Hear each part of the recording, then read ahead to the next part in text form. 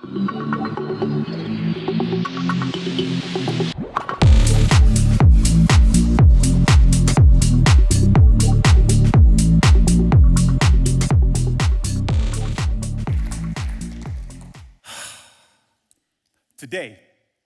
I would like to share with you part of my life experience so that I can show you that it is possible to reframe, reset, reinvent yourself even under life's extraordinary, extenuating circumstances. So, let's have some fun, and we're going on a little journey. First and foremost, we start with, there we go, whoops. There we go. We start with mom and dad. My rock, my foundation, black man marries a white woman in 1958, not a good idea. Height of racism. Mom and dad went through extraordinary, racism, discrimination, but they were strong. That's why I like this photo. You see those hands together? That's why I like this photo. And my father used to tell me, Mom and Dad, we raised 4 of us, and my dad used to say to me, son, you need to be twice as good just to be considered equal. I'm like, what? He said, yes, you need to be twice as good as the next person just to be considered equal. That's just the world we live in right now. So I'm like, okay, cool. Who's this cute little fella? All right? My mom would say that I was always going there. I just never knew where there was. So I could see from a young age, I was like, always trying to move it forward. Now, one of these things is not like the other. Can you pick it out there? Something like that? All right? This is the profile of where I grew up, right? Only black kid in town. Now, I never thought of myself as different. I just thought of myself as special because I'm the only one. All right, this is my Michael Jackson days, Michael's only 1 year older than me, so, of course, I went through school. I love Michael Jackson. There's my little afro going on there. Now, I throw these photos in only because I was so little in school. I was that little skinny kid, that's me in the blue, had a bigger brother. And I was just like little and skinny, and I just wanted to be bigger. I just wanted to will myself to be bigger and taller and stronger. Who's daddy now? Who's daddy now? That's all I have to say, my little big brother. Look at him.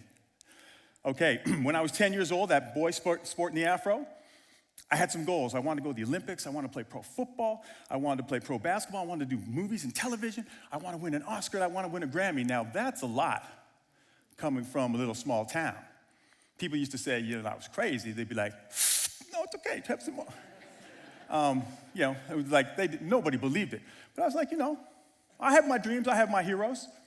Now, my first sort of hurdle in life was I spent all these years in high school trying to, play in every sport, trying to be the man, trying to get better, trying to improve. And then my last year of high school, I had an accident with my knees. Sadly, the doctors were like, sorry, son, sports is not in your future. And I'm like, what are you talking about? Sports is not in your future. So I spent, I had 9 knee surgeries, so 6 to 10 years in physiotherapy. But it's okay. I just moved forward with it. I may not be the professional basketball player that I wanted to be, or et cetera, but I can do something. So, track and field. I could run in a straight line, and it didn't hurt too bad. Now, I knew I wasn't going to be Usain Bolt. I wanted to be Usain Bolt. I knew I wasn't going to be Usain Bolt. But it just makes me happy. I can compete. I can be out there. I can grow stronger. And I ran track and field. I was a 400-meter hurdler. I was a decathlete. I wasn't the worst. I wasn't the best. I was just competitive, and I enjoyed that. So that got me noticed by bobsled team. I'm like, bobsled? I didn't even know what that was. So sure enough, as it turns out, in bobsled, you have the driver and you have the brakeman who pushes the sled, the engine. And as it turns out, I was a really good engine. So I went from bobsledding to my first world championships. I was just like, and I'm still that afro boy from the little small town. And I'm like, world championship, wow, look at this. This is great. My first time out, I get a team bronze medal at the world championships in what we call the former Soviet Union. So I stuck with bobsledding. Bobsledding has its highs and lows. It's a very dangerous sport, and people die. And in this particular photo, in that sled upside down, that's me and my driver at 140 kilometers an hour in the most dangerous track in the world, Cortina d'Ampezzo, Italy. Now, the black and white photo is one of my favorite because I call that my agony of defeat photo. Because you look at that photo and you're thinking, things didn't work out very well there, did it? Right? Now, I went from that sled right to the hospital because they had to rebuild most of my right knee because it got, hurt in the accident. But hey, I stuck with bobsledding, and I got myself to the Olympic Games. So I'm like, hey, great, Olympics, here we go. Now I think we finished 10th out of like 50 sleds, but hey, Olympics. Now you see the uniform with the hat and the frills? Not the most masculine looking outfit, is it? That was an opening ceremony, so it was just like, Canadians were like, oh, geez, okay, here we go. All right. So, after bobsledding, I thought, okay, it's an amateur sport. Amateur sports in Canada, you're not allowed to have sponsors. The team can be sponsored, the government sponsors the team, but as an individual, I had to work 8 hours a day at the bank. And then I had to go train, and I did that for 4 years. So I'm like, okay, that was all fun. Okay, Olympics, I'm poor. I need a job that pays money. So I played American football when I was in the 9th grade. I was 14 years old. I played a little bit. And I played one game in college, so I thought, okay, I can go pro, which is sort of stupid. But I had a plan. So I picked the most famous team in the league, but I also picked the team that had the worst record. So I went to the Dallas Cowboys, and I worked out for them. I signed my agreement, and unfortunately, I didn't make it. But that's okay.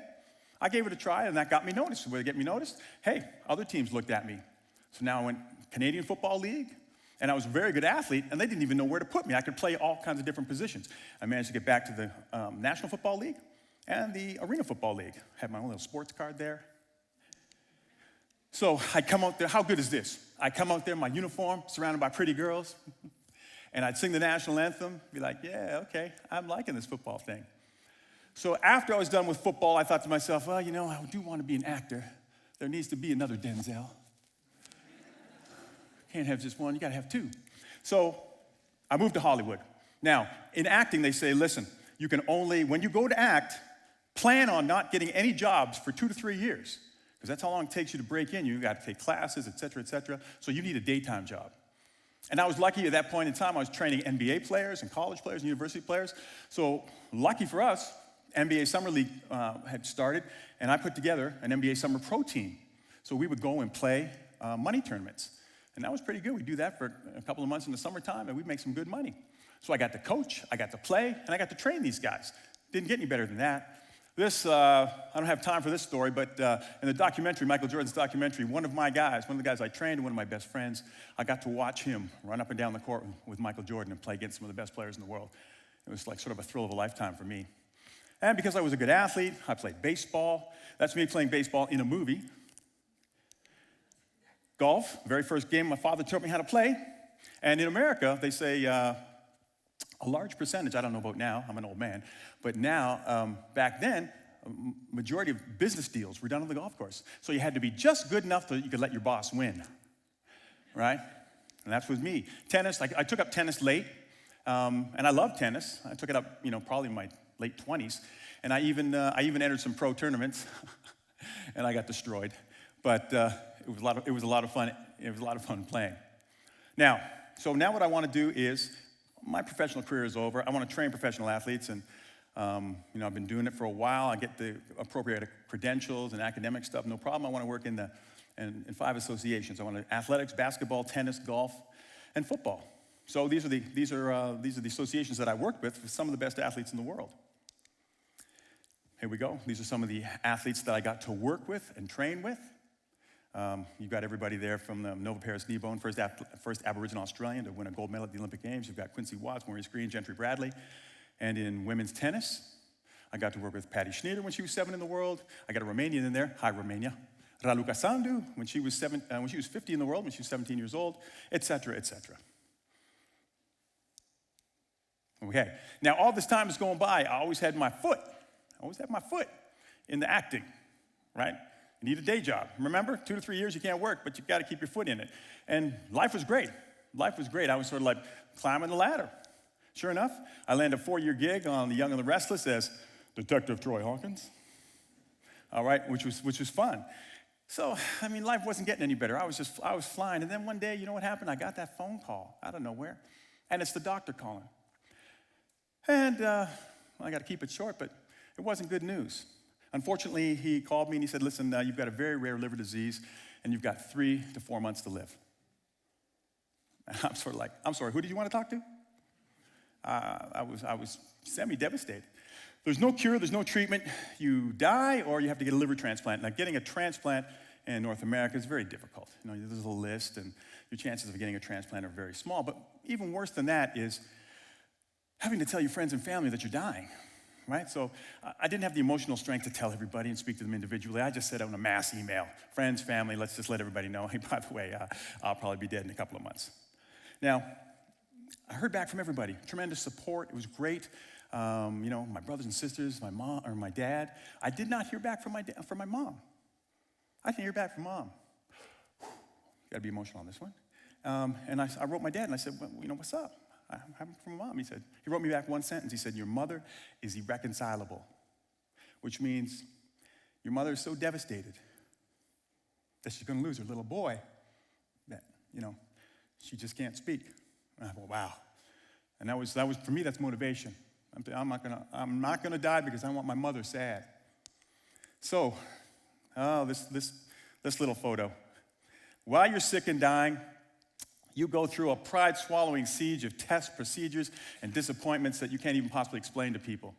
And in this particular photo, I had a surgery, if you will, two days before this photo was taken. I promised my friend, who was one of the best ultramarathoners in the world, I promised her that I would be part of her crew team. And the doctors were like, yeah, sorry, that's not gonna happen. You gotta stay in the hospital for at least a week. And I said, no, unhook from all the stuff, I'm going. So I went, and this ultramarathon was insane. It's 220 kilometers through the desert. You start at minus 200 meters to 1,500 meters. I mean, it's insane, 57 degrees. You gotta be insane to do that. But a great experience, and she was one of the best in the world, so I got a chance to be part of her crew. Now, what do you do when you're dying? What choices do you have?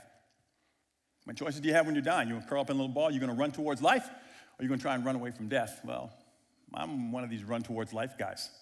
So here's what happens. This is what a liver transplant looks like. On 68 staples, they basically cut you in half. And two quick notes on this one. To this day, the doctor that did the transplant, I've only ever seen him one time. It's because when he comes into the room, I have what is called a cataplectic seizure. I'm so emotional when he comes into the room, I can't function. Because how do you tell the man that saved your life?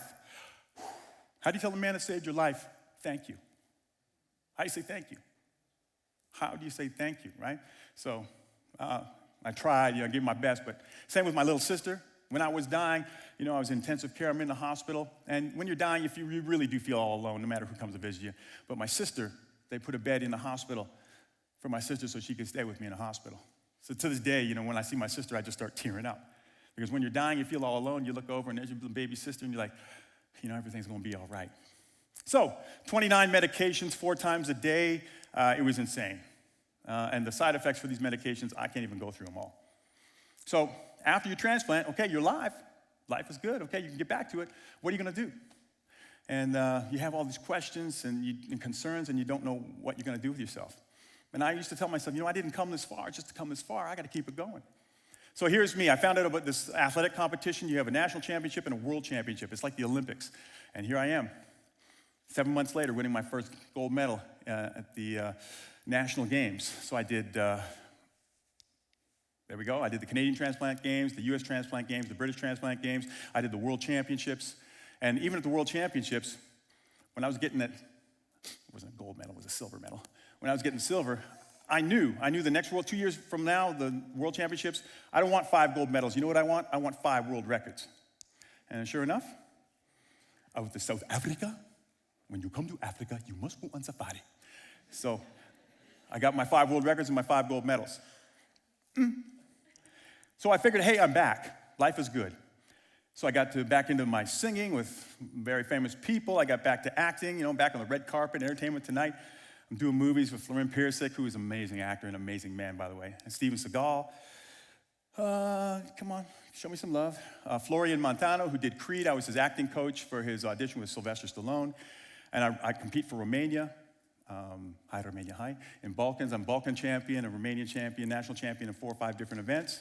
Yeah, that's Romania. I started my own athletics club where I train national champions in Romania. I've only trained national champions. It's been awesome, been very awesome. And I didn't tell you this one, I said this is the oh by the way slide, and this slide is basically 2.5 years ago, I get the call again, and I've got colon cancer. And I'm like, oh, that sucks. But anyway, don't have time to talk about this slide, but I had my entire large colon, et cetera, removed, cancer-free, and life is good, so I'm cool with that. Now, my takeaway for you, my takeaway on my presentation for you is I want you to understand, you try to get your inspiration and your motivation from somebody who's done what you want to do. It's so important. Somebody who's done something that you want to do. That's why I say, actions change the world, not opinions. Okay, and in closing, good. Okay, that's my last one. In closing, I'm watching America's Got Talent or, Britain's Got Talent. Simon, that really crazy judge, he's always talking. This little 9-year-old girl comes out on stage.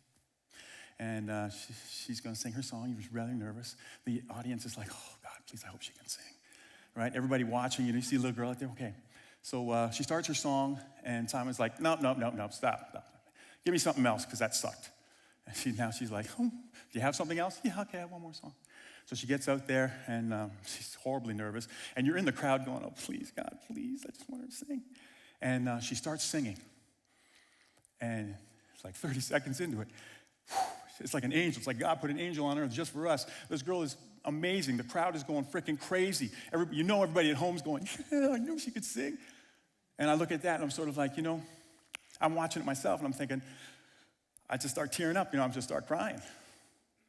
Because another human being, a species that I belong to, can get out there and sing and raise the entire world up to a better place to be, if only for a moment. That's pretty glorious. So what I think is really important is not about how much time we have on earth, not how much time you're given. It's what you do in that time that's really important. So take that with you when you go home.